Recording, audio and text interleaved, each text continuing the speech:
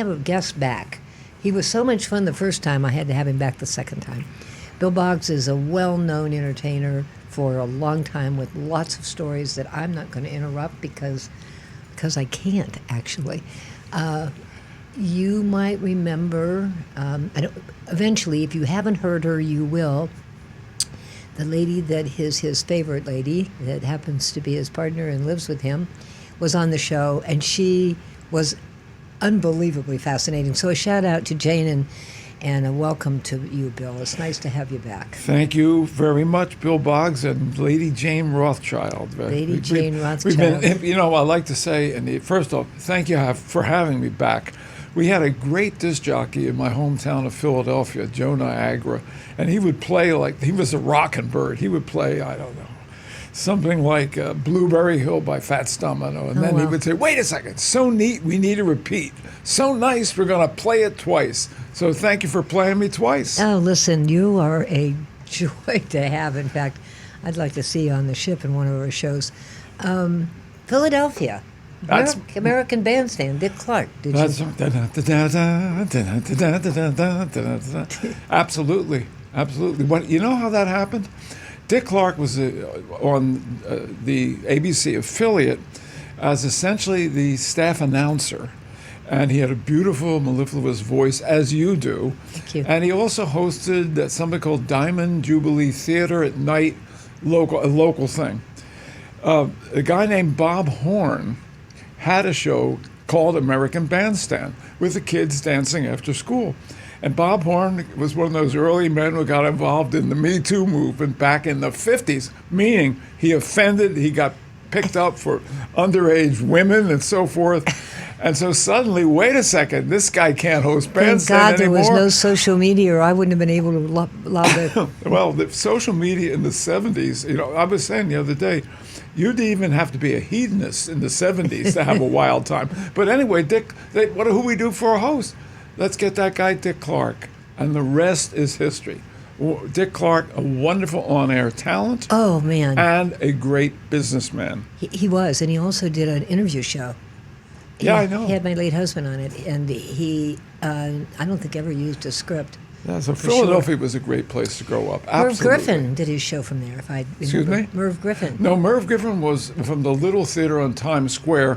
You're thinking about the late Mike Douglas. That's who it was. Mike Douglas, who had two executive producers of his show, Woody Frazier and a young guy named Roger Ailes. Really? Who invented Fox? Absolutely. Oh, geez. This is when Roger Ailes was in his 20s. Really? And Roger Ailes, who became known as a controversial figure, and with Murdoch helped create, literally, the brand of Fox News, and was drummed out for sexual harassment that's been, unfortunately verified. He was a real television genius, a brilliant producer. Yep.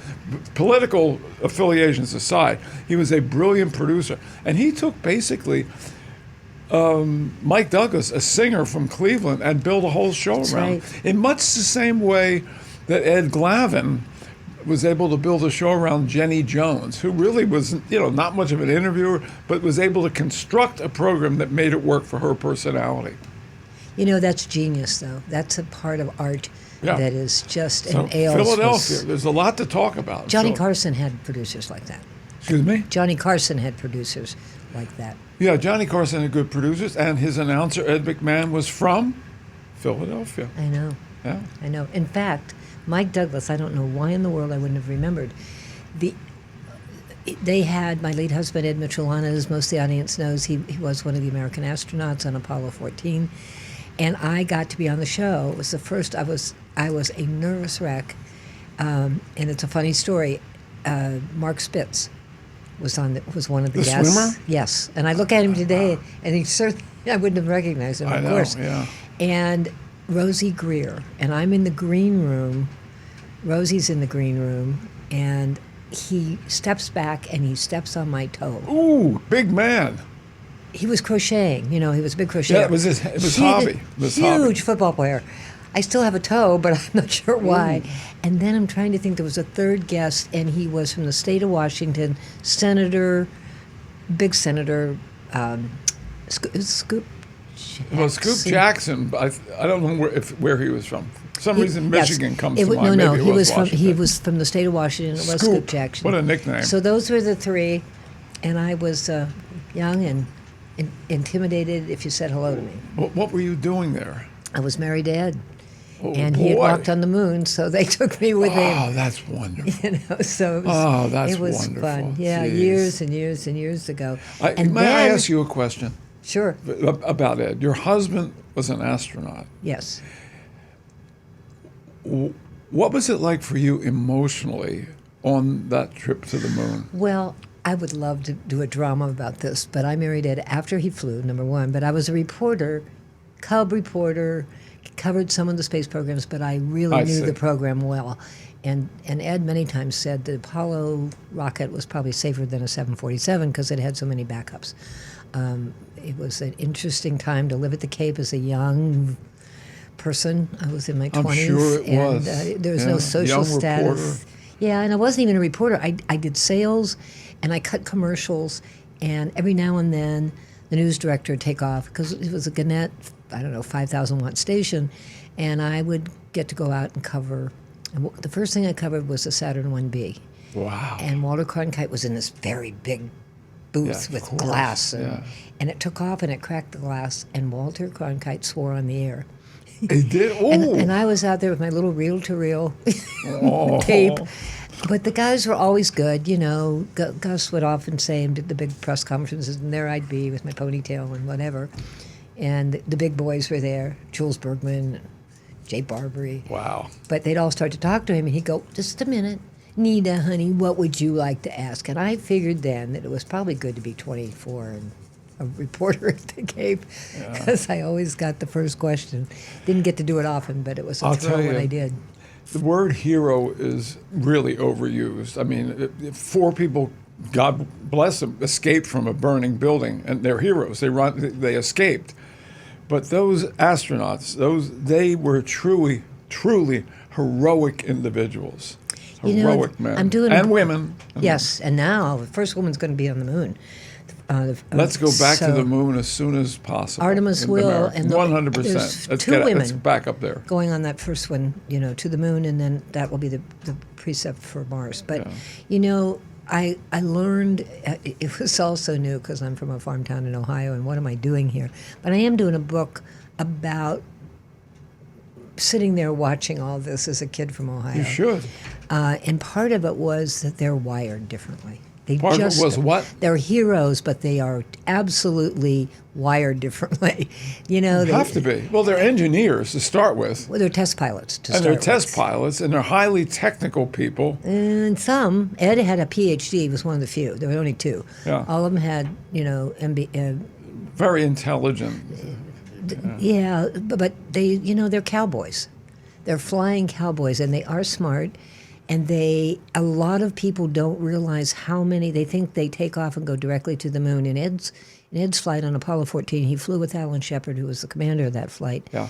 And Stu Russa, who was the taxi cab driver that picked them up after they landed, they came back to come back to Earth. Ed often said that it was a lot of maneuvering. In his flight, there were 9 or 10 times when he was coming home. The computers miscalculated, and they had to manually do a lot. And a lot of it is that instinct, and boy, did they have it. Yeah. They just, you know, I said to Ed one time, what makes a good pilot? Because he tested the X-15. I mean, you know, he said, you never know until they're in trouble. Yeah. And that's Well what put. makes a good That's pilot. well put. So that's my little background, but it was a Fascinating. for me. Fascinating. The name of the book is "You Don't Look Like an Astronaut's Wife." I hope it's funny. I hope it's inspiring. I hope people enjoy it. Hopefully, it'll be out next fall. I'll be first in line to get it. No, But that's Jane and I support you. We like you very much. Thank you. And the last time I was on the show was a Zoom show. You know, we were was. sitting in the apartment. So nice to And have now you live. there's just first off, the pandemic has produced a lot of changes in our society, and one of them has been the proliferation of podcasts with people from their homes talking to other people, and the return of long-form interviews, You which know- really have left television. I mean, in my television career, but if I had astronauts on my show in North Carolina, they'd be on for the whole 60 minutes. 2 guests, 60 minutes. You wouldn't find that anywhere on commercial television No, you wouldn't. today. In fact, and it's that annoying. disappeared. It's also annoying. But it's back in podcasts. Yeah, it is, and I think I don't like Zoom for the meetings in general because they think we lose connectivity. But you're here in the studio, and then this is cool. And I really my whole point is I started going on about this is it feels better looking at you in the studio. But nevertheless, podcasts are here to stay. And soon they're going to have commercials and all things, and they'll be seen literally as just a part of media, an extension of TV. Well, right now. And, of course, you get so much information that it's mind-boggling. I mean, there's so much noise out there that I kind of wish some of it would switch off. Just, you don't know what to believe, how to believe it. Everybody can say whatever they want. They editorialize in news stories. So I'm trying. It's an era that I'm having a hard time adjusting to. But I'm delighted that this station asked me to spend an hour with people like you. The one thing that's going to be fun with you, Bill, is you've got such an extensive career, and we will talk about your wonderful dog and the new book. Thank you. Spike, the wonder dog, who's looking at me, actually. I should have him here. Oh, Spike? Yeah. Well, I wrote this book. We can talk about it anytime you want. The Adventures of Spike the Wonder Dog is told to Bill Boggs. You like this part of it, Anita. This is pushing back at anyone on the left or the right who is essentially saying that's not politically correct. This is politically incorrect humor in the George Carlin sense. Thank God, because it's satire. This is satire. Terrific. This I stand for. I'm a member and officer of the Friars Club. Oh, you are. And I have a lot of friends who are comedians, and they can get up on stage, Anita, and say one thing that's a joke that everybody laughs about, say, their wife or something, or their daughter or something. If one person in that audience doesn't like that joke, they can end up being vilified by hundreds of people the next day all over the world. I know. It's because ridiculous. of social media. It's ridiculous. So what I did was I was writing the book as a satire. The Adventures of Spike the Wonder Dog. I'm Spike. I'm here. Is essentially a story of a TV career like mine, where the dog becomes a big star, actually as big a star as his master, who's the host.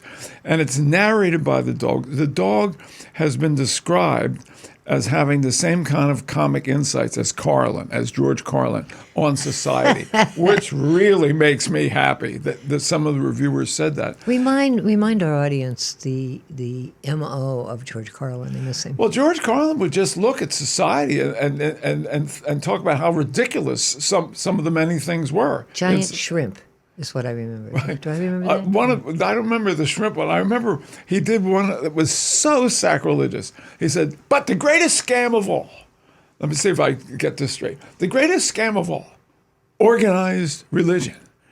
They have convinced millions and millions of people that there's a giant man who lives in the sky, who sees everything you do. And if you don't do the right things, you're going to burn in hell and your skin will rot.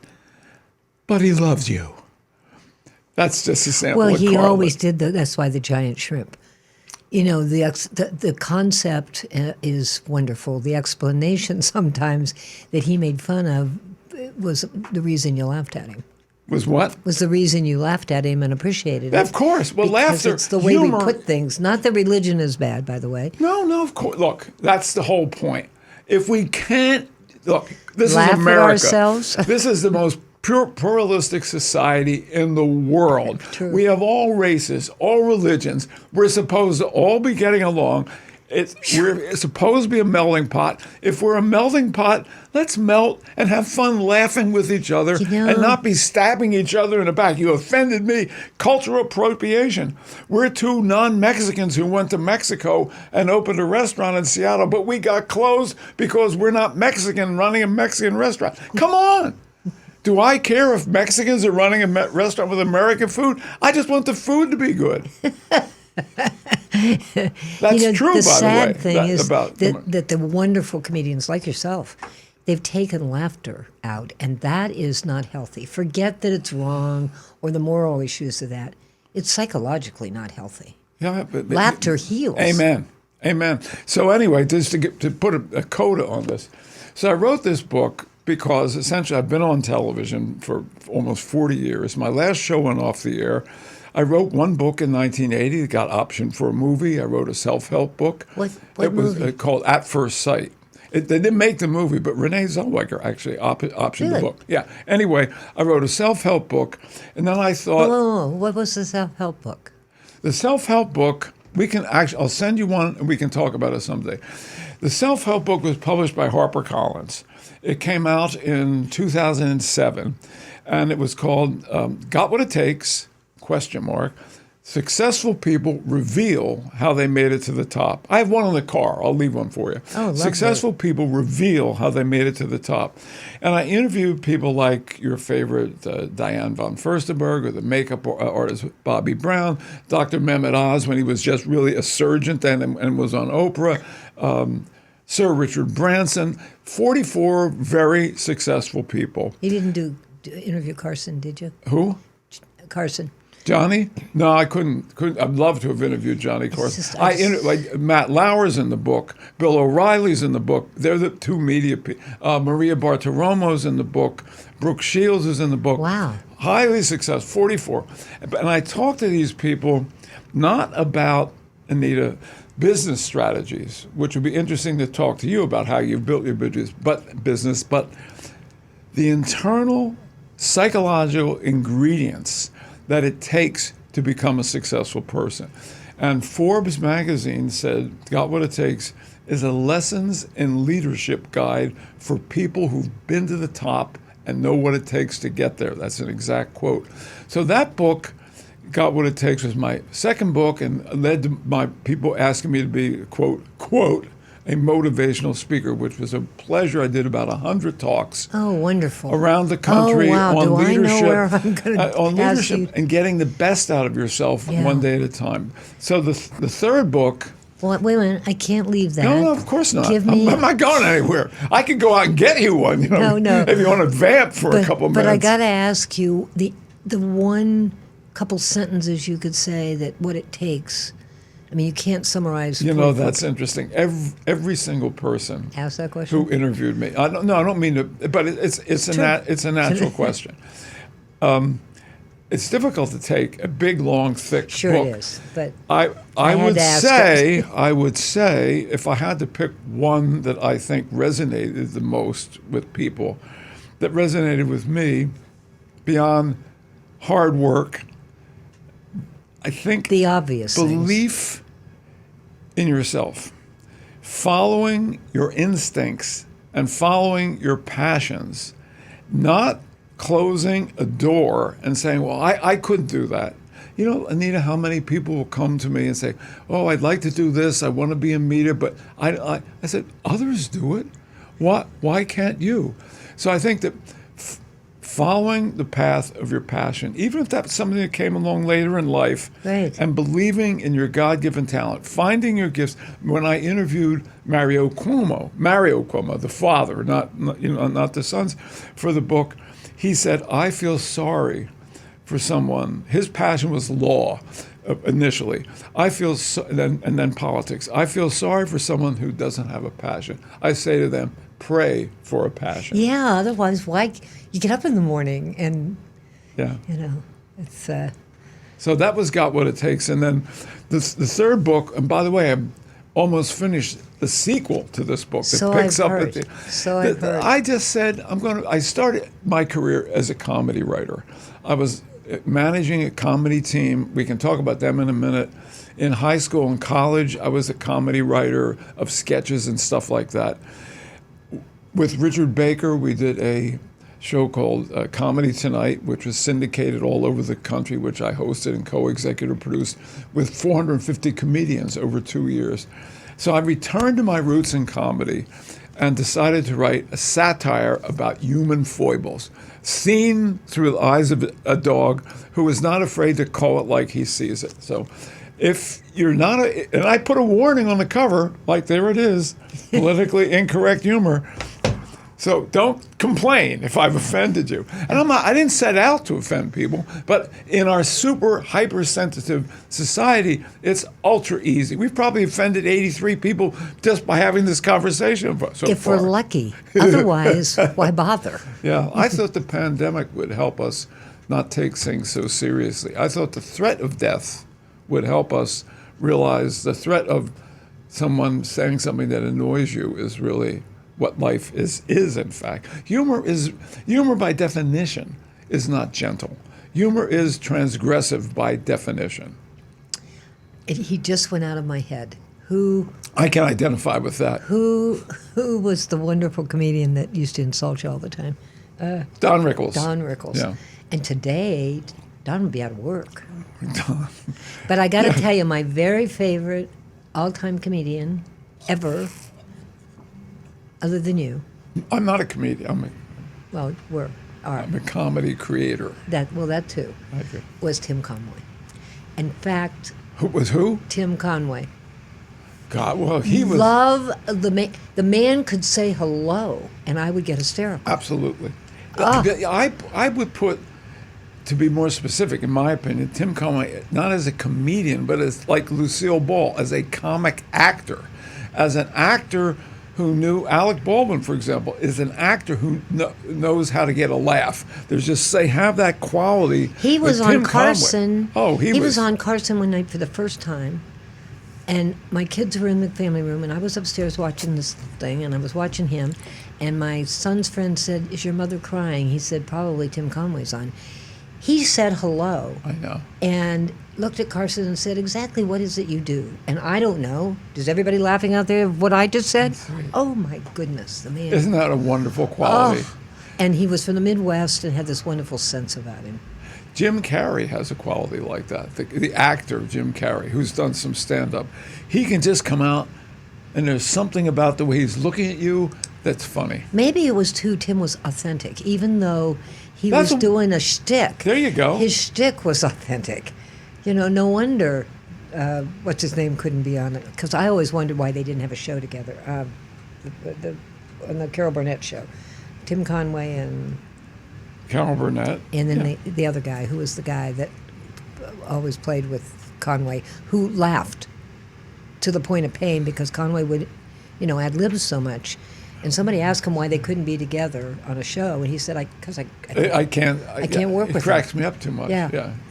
That's a what, and Norman Cousins, the famous. Amen. I know. Yes. Yeah, well, blessed because of my late husband, wrote the book, in fact, but he had a terminal disease, and he had Laugh-In or Candid Camera, I can't remember which, his wife bringing in every day, and he proved what laughter does for your health scientifically. Absolutely. Well, So, isn't that wonderful? People need to know that. Yes. So laugh and make fun of yourself for the wrong reasons, maybe, but if it makes you laugh, it's for the goodness of your health. I'll tell you a story related to that. Back in the early 80s, like 84, 83, 84, there was a wildly successful play on Broadway called Noises Off. It was an English play, and it was a farce, a door-slamming farce. And a friend of mine was in this, Linda Thorson.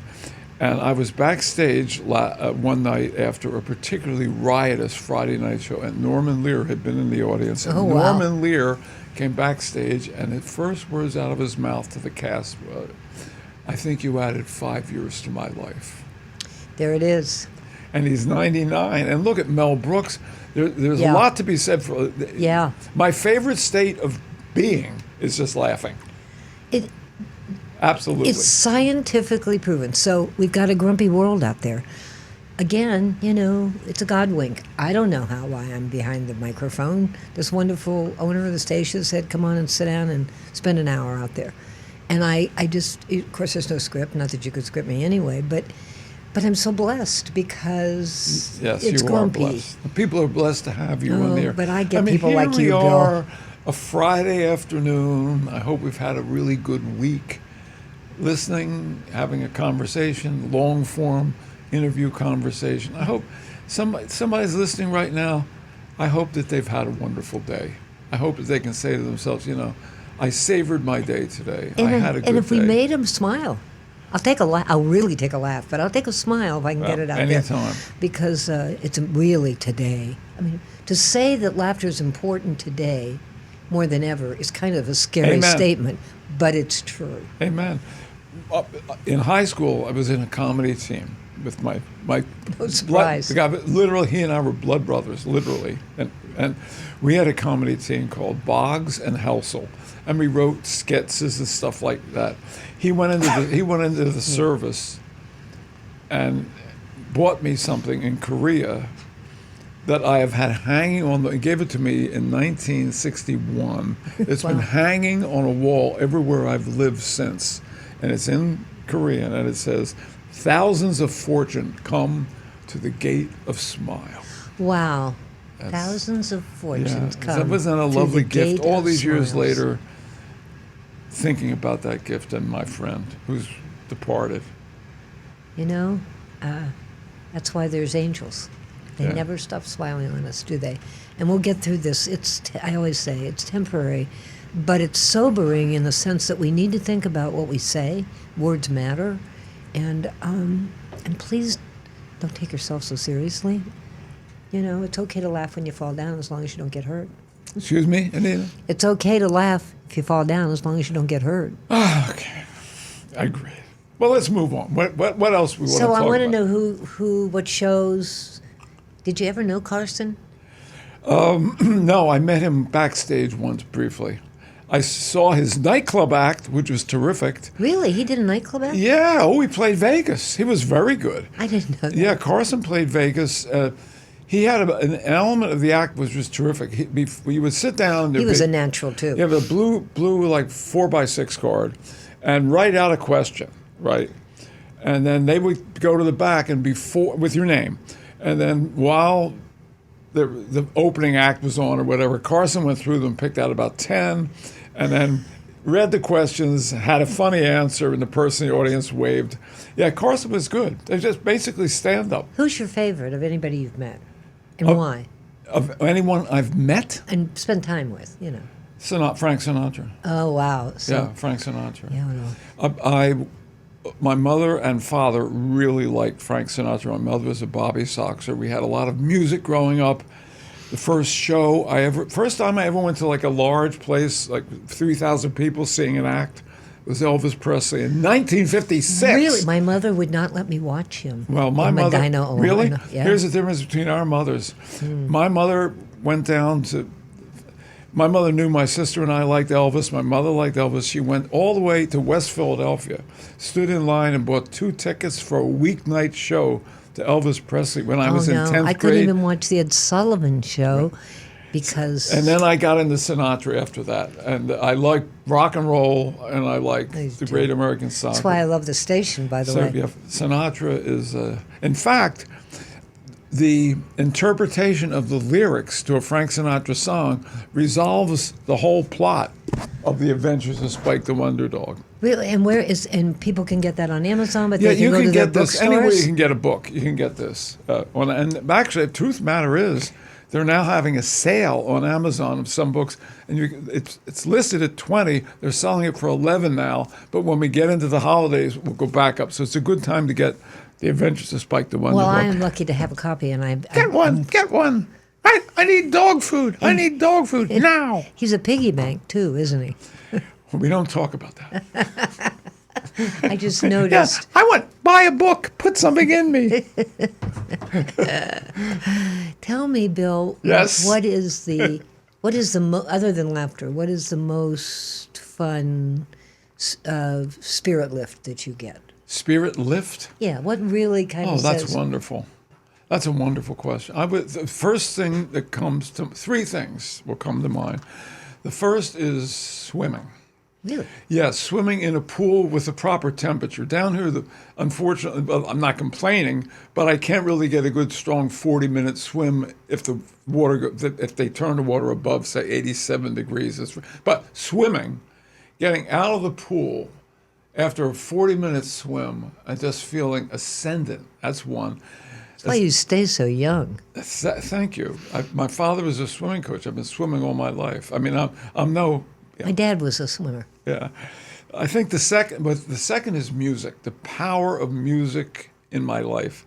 Since we've been down here, Jane and I have been down here, we've seen Paul Anka, we've set to see Johnny Mathis, we've seen Bob Merrill. When is Johnny Mathis? Johnny Mathis is going to be at the Kravitz Center in April, Oh, I'm mid-April. there. I've got to We've get a seen ticket. we've seen Bob Merrill.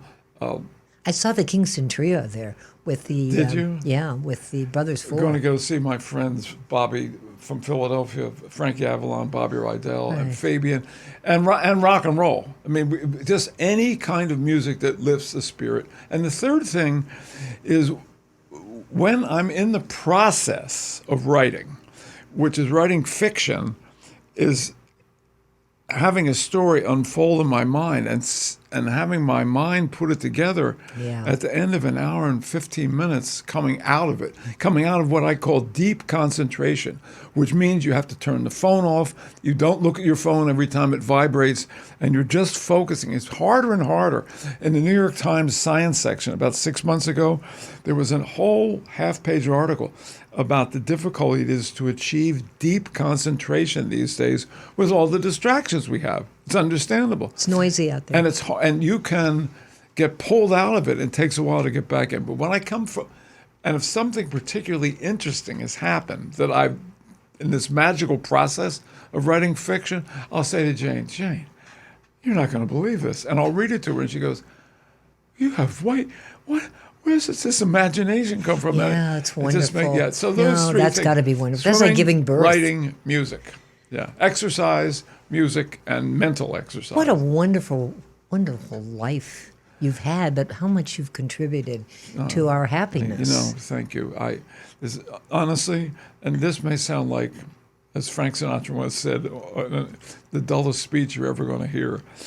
There's not a day goes by, not a day, when I don't literally thank the Lord, thank life, thank my parents, thank my school, thank my friends for the absolutely blessed, happy life I've been able to Boy, live. if that's not a spirit lift to our listeners, I don't know what it is.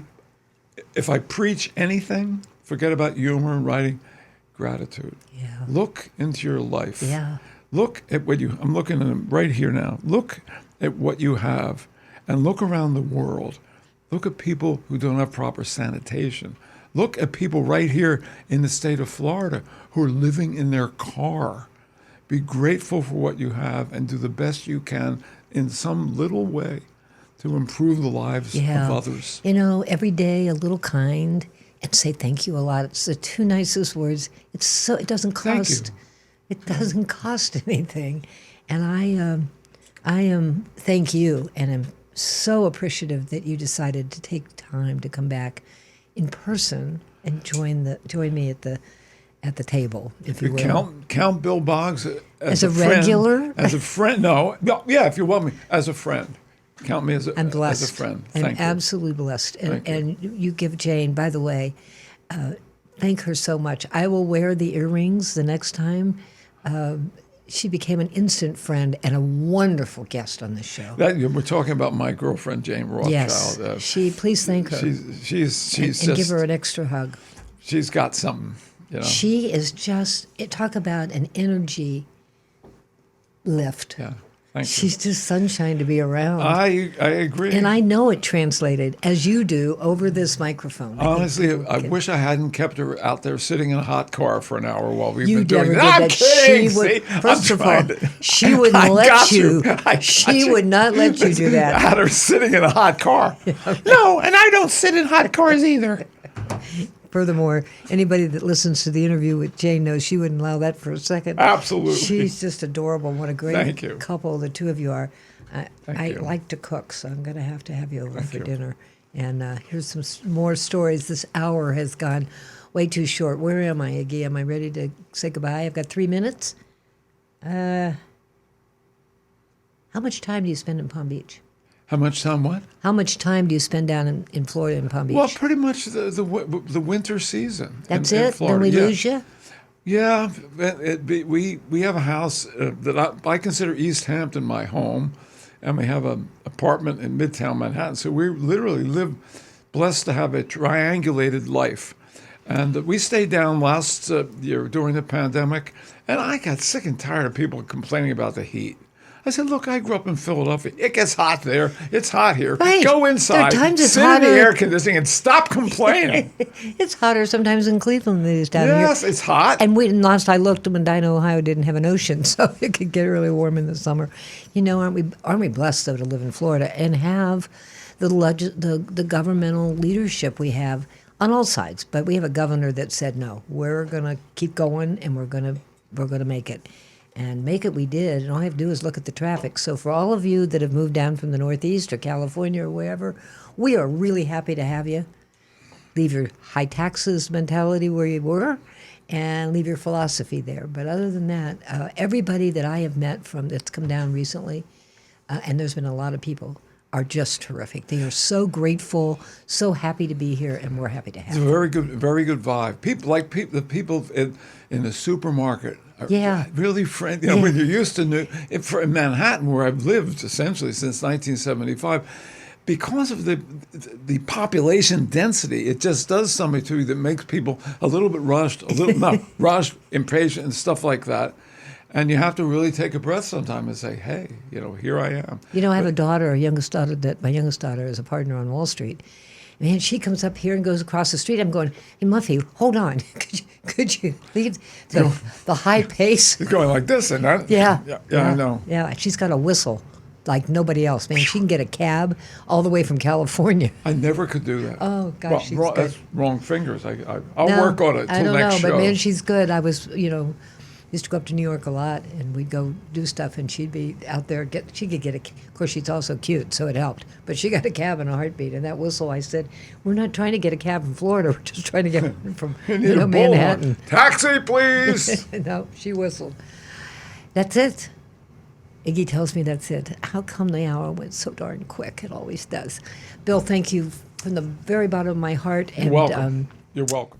Alan Zweibel, original Saturday Night Live writer and Thurber Prize-winning author of The Other Showman, says, "The Adventures of Spike the Wonder Dog is so smart, witty, and inventive that I had to keep reminding myself that I didn't write it.